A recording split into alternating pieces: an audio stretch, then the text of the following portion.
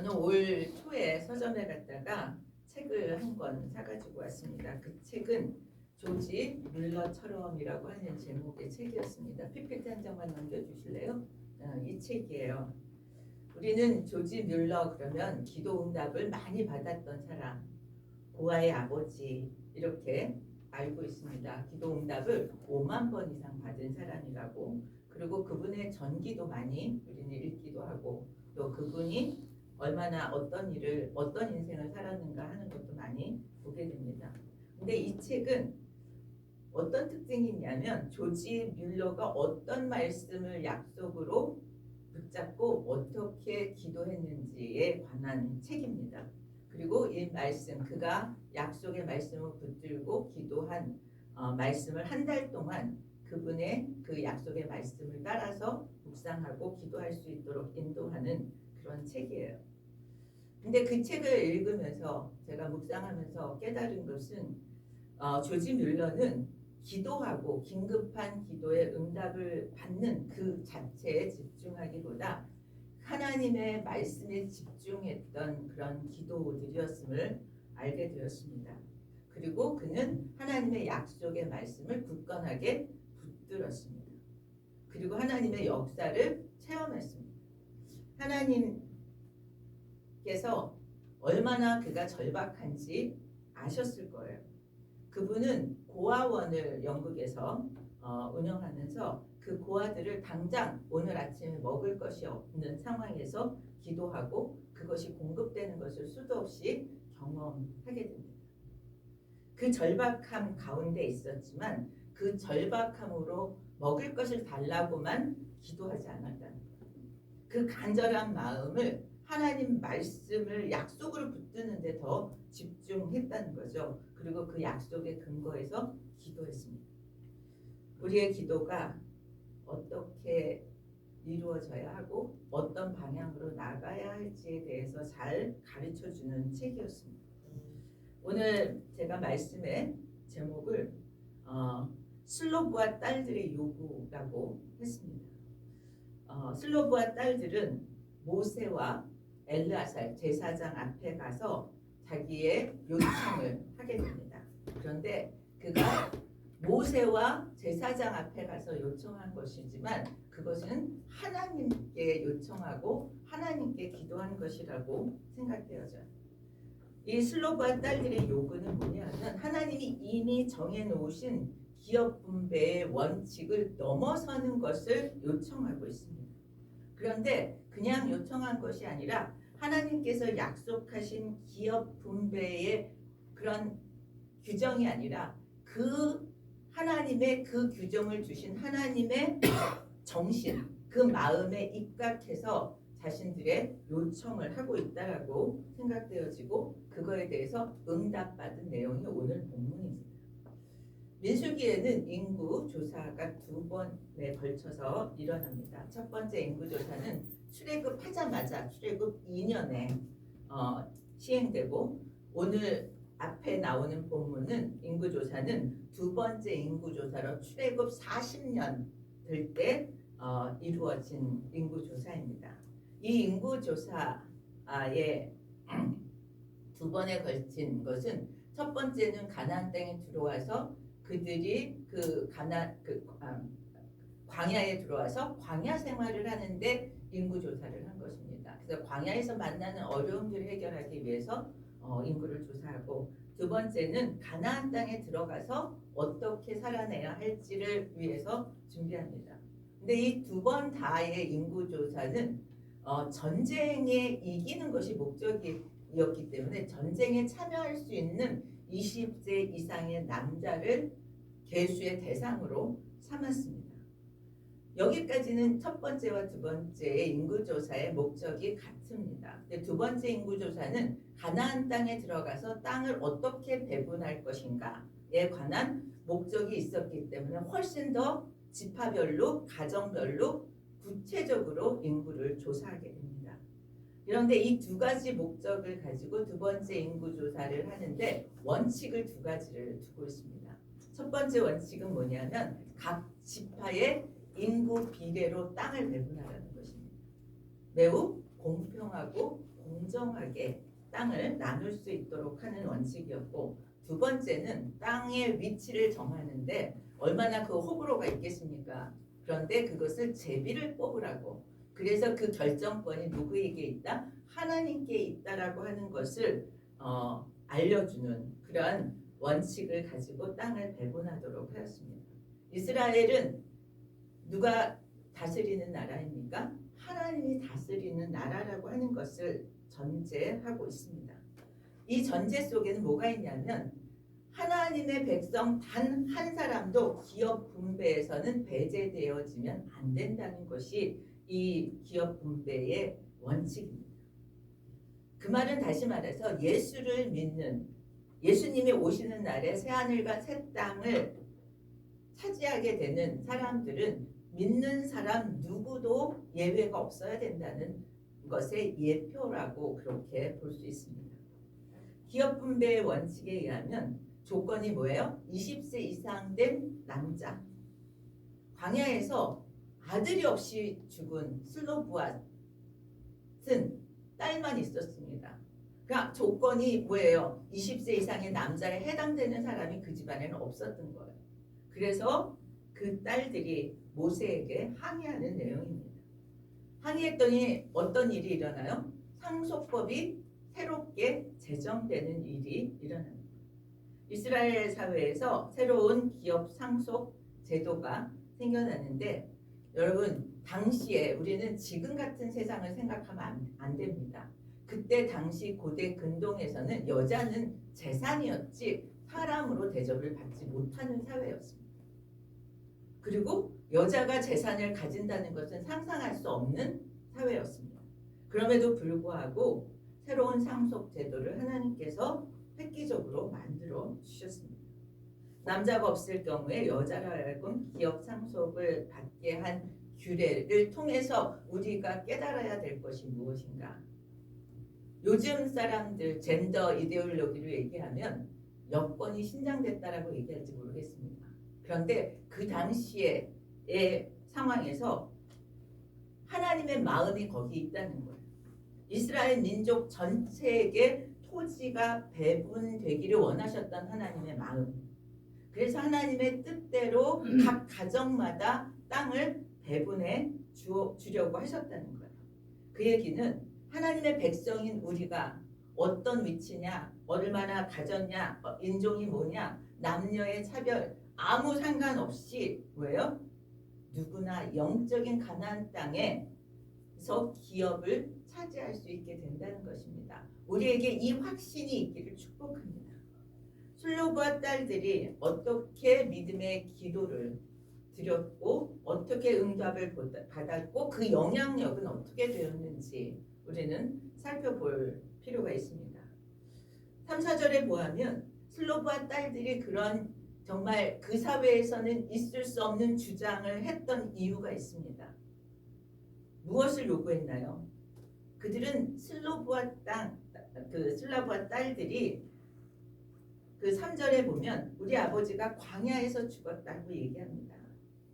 그리고 아들이 없었다고 얘기합니다. 그러면서 4절에 뭐라고 얘기해요? 아들이 없다고 우리 아버지의 이름이 그의 종족 중에서 삭제되리까? 이건 너무 부당한 일이라는 거예요. 우리 아버지의 이름이, 우리의 가문이 여기서 끊어지게 해서는 안 된다. 그건 부당한 일이다. 왜? 하나님은 모든 사람들이 당신이 주시는 땅에서 사는 것을 원하셨다는 것을 확신했기 때문에 이런 주장을 할 수 있었다는 거예요. 하나님이 다시 말해서 우리를 향해서 가지신 그런 마음이 무엇인가를 확실하게 알았다는 거죠. 그래서 모세와 엘르아살에게 요청했지만 이 모세는 이걸 자기가 판단하고 어떻게 할 재간이 없었어요. 그래서 하나님께 나아가서 아뢰입니다. 20세 이상 된 성인 남자의 개수대로 숫자대로 나누게 한 원칙, 그것은 슬로브와 딸들이 분배를 받을 수 없는 것이라는 거죠. 이것에 대해서 이의를 제기하는데 이 일을 제기하는 근본 마음이 모두가 땅을 누리라고 하신 아버지의 마음을 믿었기 때문이라. 오늘 우리에게 그런 믿음이 있기를 축복합니다. 그러면서 자기 아버지가 이름이 없어질 수 없는 근거를 들어요. 자기 아버지가 고라 무리처럼 그렇게 하나님을 거역하지 않았다라고 얘기합니다. 보통 출애굽한 1세대가 그 땅에 못 들어가게 됐지만 그들과 똑같은 그런 잘못, 그런 죄를 범한 정도이기 때문에 고라 자손이 하나님을 거역해서 땅 분배에서 배제된 것과 같은 그런 결과를 자기가 받는 것은 합당하지 않습니다라고 주장합니다. 되게 똑똑한 딸들이에요. 단지 아들이 없기 때문에 가나안 땅을 기업으로 받지 못하다는 것이 부당하다라고 주장하고 하나님에 대한 이 믿음을 가지고 나아갔습니다. 하나님이 모든 이스라엘 가정에 땅을 주시고자 하는 그 마음, 하나님이 당신의 백성에게 당신이 주시는 은혜를 누리게 하고자 하는 마음, 그렇다면 우리는 하나님 앞에 어떻게 나아갈 수 있는가? 우리 슬로브앗의 딸들처럼 담대히 나아갈 수 있는 줄 믿습니다. 그들의 간구는 하나님께 응답을 받죠. 뭐라고 얘기해요? 슬로브앗 딸들이 내 말이 옳다. 하나님, 우리의 간구가 그래 너의 간구가 옳다 이렇게 인정받게 되기를 축복합니다. 그 믿음을 갖고 나온 게 너무 그 당시에 말도 안 되는 거를 가지고 지금 여자가 나왔어라고 하나님 말씀하시지 않았다는 거예요. 믿음의 간구는 하늘 보좌까지 올라가는 줄 믿습니다. 그게 그 시대만이 아니라 지금도 누구든지 믿음으로 간구하면 하나님께서 기뻐하시고 응답하시는 줄 믿습니다. 믿음은 상황을 뛰어넘고 한계를 초월하게 하는 능력이 있습니다. 도저히 인간으로는 불가능한 일들도 믿음으로 구하는 것이 진짜 믿음입니다. 우리에게 이런 믿음이 있기를 축복합니다. 하나님의 믿음의 간구를 들으심으로 새로운 계시, 기업의 문제에 새로운 원칙을 세우시죠. 만약에 이 슬로브앗 딸들이 이렇게 억울해 부당해 라고 불평만 하고 이 문제를 들고 가지 않았더라면 자기들도 기업을 얻지 못하고 그 이후에 비슷한 문제를 가진 사람들이 뭐예요? 똑같이 누릴 거를 누리지 못했겠죠. 그런데 슬로브앗 딸들의 그 담대한 또 그 믿음, 그것을 가지고 하나님께 나아갔기 때문에 자기들도 복을 얻고 그 후대에 다른 사람들도 비슷한 사람들이 복을 받게 되었다고 믿습니다. 슬로브앗 딸들은 그들의 처지를 이야기하고 가나안 땅을 분배하는 과정에서 우리 아버지의 이름이 없어지게 할 수 없다라고 그렇게 대책을 구하죠. 아버지의 가문이 이스라엘 가운데서 보존되게 해달라고 요청했습니다. 가나안 땅에 아직 들어가기 전에 들어가서 일어날 일에 대해서 미리 대책을 세운 거죠. 슬로브앗 딸들의 언약에 대한 확신 있는 그런 믿음이었다고 생각합니다. 슬로브앗 딸들의 상속권을 요구하는 그들의 믿음은 어떤 믿음이었을까요? 고라 무리에 속하지 않았다. 자기 아버지는 이렇게 얘기하는 것을 통해서 고라 무리가 받았던 그러한 그 징계는 합당하다라고 여겼습니다. 그 하나님은 어떤 하나님이에요? 공의의 하나님이에요. 공의의 하나님에 대한 믿음이 있었습니다. 그리고 또 어떤 믿음이 있었어요? 하나님은 모든 가문에 기업을 주시고자 한다라고 하는 것에 대한 확신 있는 믿음이 흔들리지 않았어요. 우리는 여자만 있으니까 못 받아라고 그렇게 주저앉지 않았다는 거예요. 믿음이 그들의 주장 속에 근거가 믿음이었습니다. 다른 것이 아니었어요. 하나님의 언약에 대한 확신 있는 믿음. 믿음의 기도는 근거가 뭐야 되냐면 하나님의 약속이어야 합니다. 하나님께서 이스라엘 자손에게 땅을 기업으로 나누어 주시겠다라고 약속하셨고 그 약속 속에는 나도 들어있습니다. 성경 속에 있는 약속들의 그 약속의 대상이 누구예요? 나도 있어서 나도 이 약속을 내 인생 가운데 이루어지게 해주십시오라고 당당히 요구합니다. 여러분 성경 속에 있는 약속들이 우리에게도 해당되는 것을 믿으시기 바랍니다. 수많은 선택, 수많은 결정의 순간에 우리는 말씀을 근거로 하나님의 뜻을 구하고 기도할 수 있게 되기를 축복합니다. 우리도 하나님의 말씀을 약속으로 붙들고 기도할 때 하나님 응답하실 줄 믿습니다. 저는 확실하게 붙들고 기도하는 것이 있습니다. 주 예수를 믿으라 그리하면 너와 내 집이 구원을 얻으리라. 약속이잖아요. 그렇죠? 하나님이 약속해 주시지 않았습니까? 하나님 약속이니까 이 일이 이루어질 줄 믿습니다. 이런 말씀이 이것뿐이 아니에요. 그의 나라와 그의 의를 구하라 그리하면 그 모든 것을 더하시리라. 이 약속의 말씀을 붙들고 우리는 이것을 들고 하나님 앞에 나아갈 수 있게 되기를 축복합니다.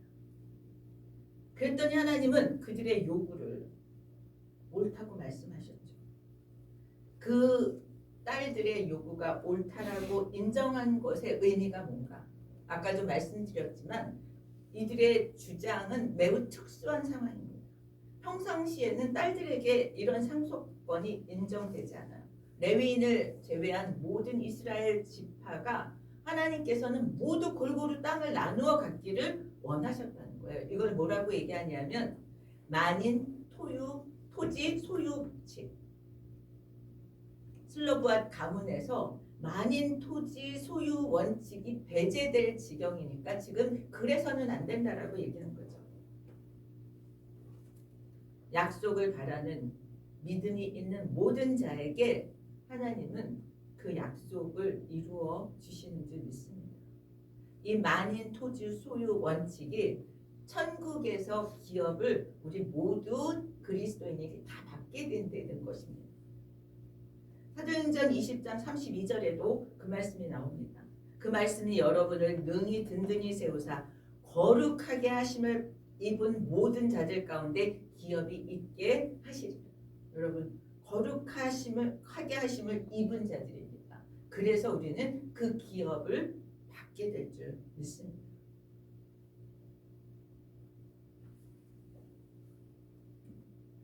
믿음에 진실하게 드리는 믿음의 기도에 하나님 응답하십니다.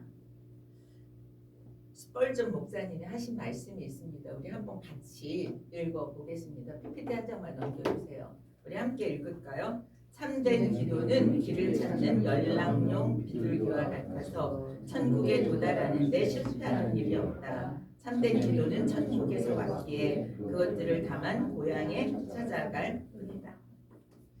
참된 기도의 응답은 방해받지 않는 줄 믿습니다. 우리에게 이 믿음이 있기를 축복합니다. 우리가 참된 기도를 드리는 자들, 하나님의 뜻에 합당한 기도를 드림으로 우리도 응답받는 기도 생활이 되기를 축복합니다. 현대인들은 이 남녀평등의 문제로 이 문제를 보기 쉬울지 모르지만 이 사건의 본질은 약속의 말씀을 믿는 모든 자에게 약속의 기업을 주시고자 하는 하나님의 마음을 아는 것입니다. 여러분 하나님의 마음이 우리를 향해서 어떤 마음이신지를 깨닫게 되기를 축복합니다. 하나님의 마음은 하나님이 약속하신 기업을 믿음으로 얻고자 하는 담대한 믿음에 고백을 하는 그들을 옳다라고 인정하십니다. 그래서 그 시대에 도저히 일어날 수 없는 혁신적인 제도를 만듭니다. 저는 여기서 또 은혜를 받은 것은 뭐냐면요.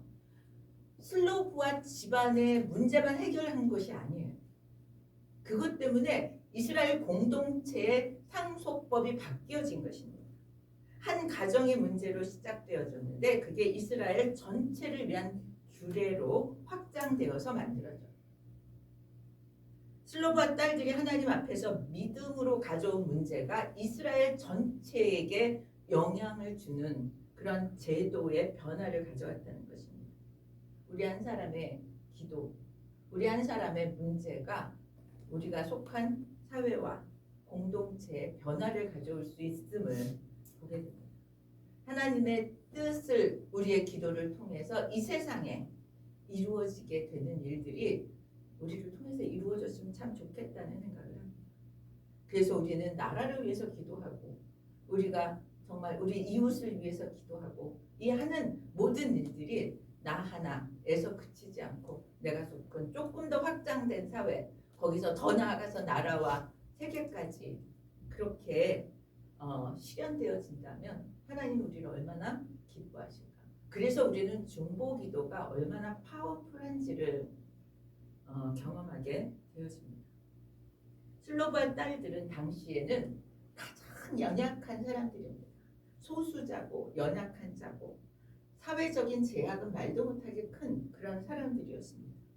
근데 그들의 신앙 고백으로부터 시작된 요구가 자신들뿐만 아니라 정말 이스라엘 공동체 전체를 바꾸었습니다.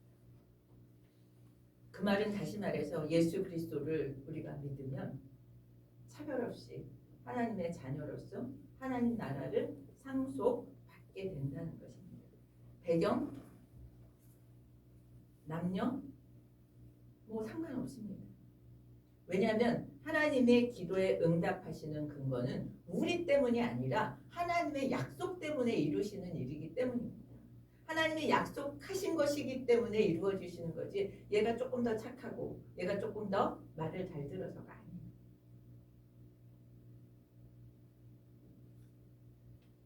그 믿음을 가지고 나아가는 것을 하나님이 원하십니다. 우리는 약속의 말씀을 붙드는 데 집중했으면 좋겠습니다.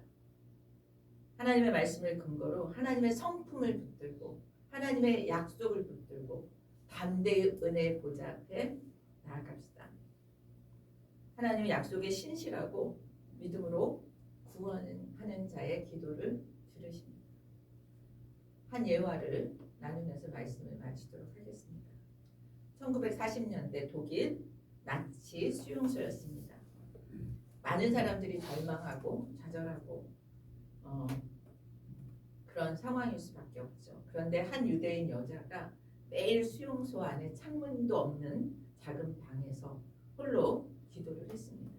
사람들이 그녀에게 물었대요. 당신의 하나님 어디 계십니까? 기도한다고 무슨 변화가 일어납니까? 그때 그 여자가 대답했답니다. 하나님은 약속을 잊지 않으시는 분이십니다. 이 방은 창문이 없지만 하나님께는 막힌 문이 없습니다. 나는 그분의 약속을 붙들고 기도할 뿐입니다. 그리고 몇 년이 지나서 전쟁이 끝났습니다. 그 여자는 생존했고 수용소를 빠져나온 사람들 가운데 정말 하나님을 신뢰하는 믿음의 증인으로 그가 그렇게 되었습니다. 믿음의 기도는 때로는 아무 변화가 없는 것처럼 보여집니다.